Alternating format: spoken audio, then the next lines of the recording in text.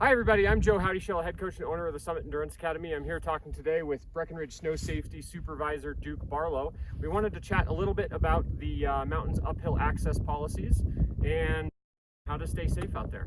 So speaking of safety, Duke, what's the biggest reason that we have these uphill policies? The biggest reason is we want to keep uphill access at the resort going. It's a huge benefit. A big part of the community loves doing it, and we got to keep it safe. So there are a bunch of rules we had to institute to make sure everybody can keep doing this safely and can continue in the future. Awesome, love it. So when somebody wants to do this, when they get to the base of the mountain, what's the parking situation like?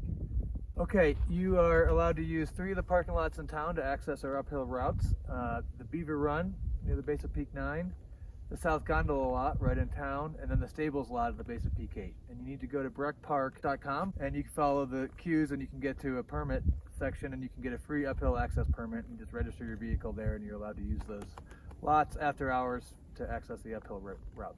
Awesome. And you don't even need a card anymore, right? It just loads it on your app? Yep. Have your information on the app and then you are able to park there for free. Awesome.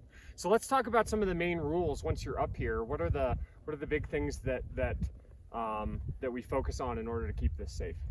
The biggest thing is staying on the designated routes, and that's up and down. And the reason for that is there's all kinds of traffic on the mountain after hours.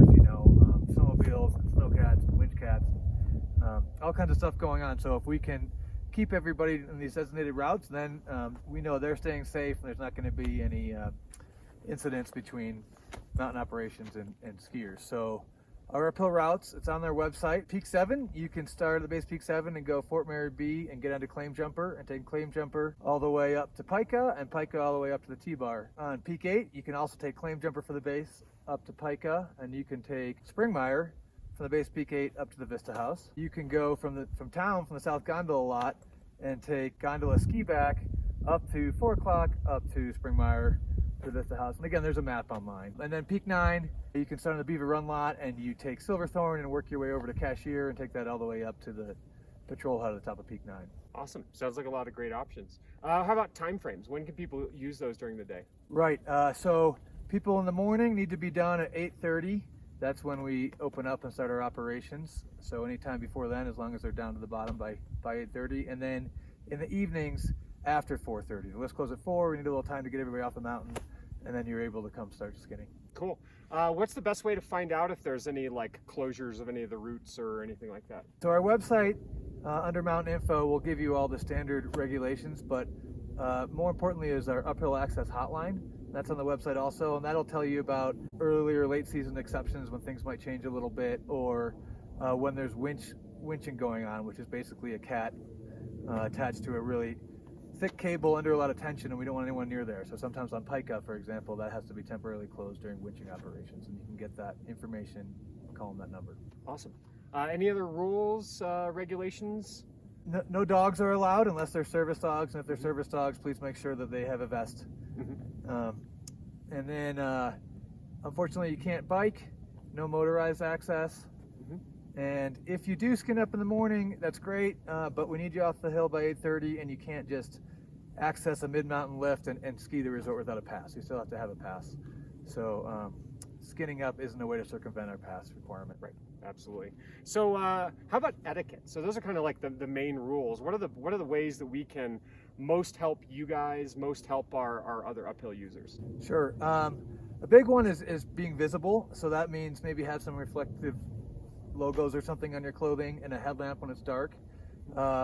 Staying in the middle of the run, it seems a little counterintuitive. You think you're out of the way in the sides, but really that's where our snowmobile traffic goes up and down. So if you can stay in the middle of the run, you're easier to avoid. And then I think also just when you're skiing down, stay under control. It's fun to have the resort to yourself, and you want to carve the groomers pretty fast, and that's great, but we cannot have a skier versus skinner collision. So skiing under control at all times is important too. All right, how about are there any exceptions to these rules at any time? Yeah, we talked about the winching operations, but also typically early season, before we start setting up mountains, they're open for uphill access like Peak 10 and Peak 9. And the same happens late season. Once we shut a mountain down for the winter and we're not working over there anymore, then it's fair game to go skin over there. But again, the uphill hotline will have that information, and once we start setting up a mountain, there's all kinds of snowmaking and grooming and patrol operations. They're not expecting to see skinners, so it is a safety hazard. So we just got to, once we set up for construction, then it'll be closed, and we'll get back to the regular routes for the season. And the Hotline's your best resource for that. Awesome. Anything else you want to add? No, thanks for this, and yeah, it's a great program, and let's keep it going. Awesome. Thanks for watching, everybody. If you have any questions, please feel free to reach out to me. I can let Duke know. Is there any good way to like email to ask you questions about uphill? Sure.